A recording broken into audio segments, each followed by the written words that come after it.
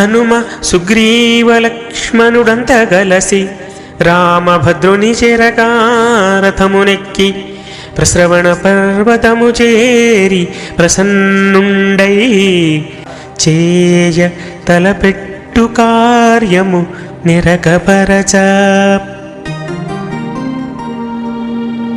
తమ్ముని మాటకు రాముడు నెమ్మది అన్నట్టు నవ్వి నేరుగా చూస్తూ సమ్మతమని సుగ్రీవుని నమ్మకాన్ని నిలిపితివని ఆత్మీయతతో కౌగిలించుకొనగ కౌసల్య రాముడు పరవశించిపోయి పదము చేరి శుభము పలుకుమనుచు సుగ్రీవుడడుగంగ సీత జాడ కొరకు శీఘ్రముగను.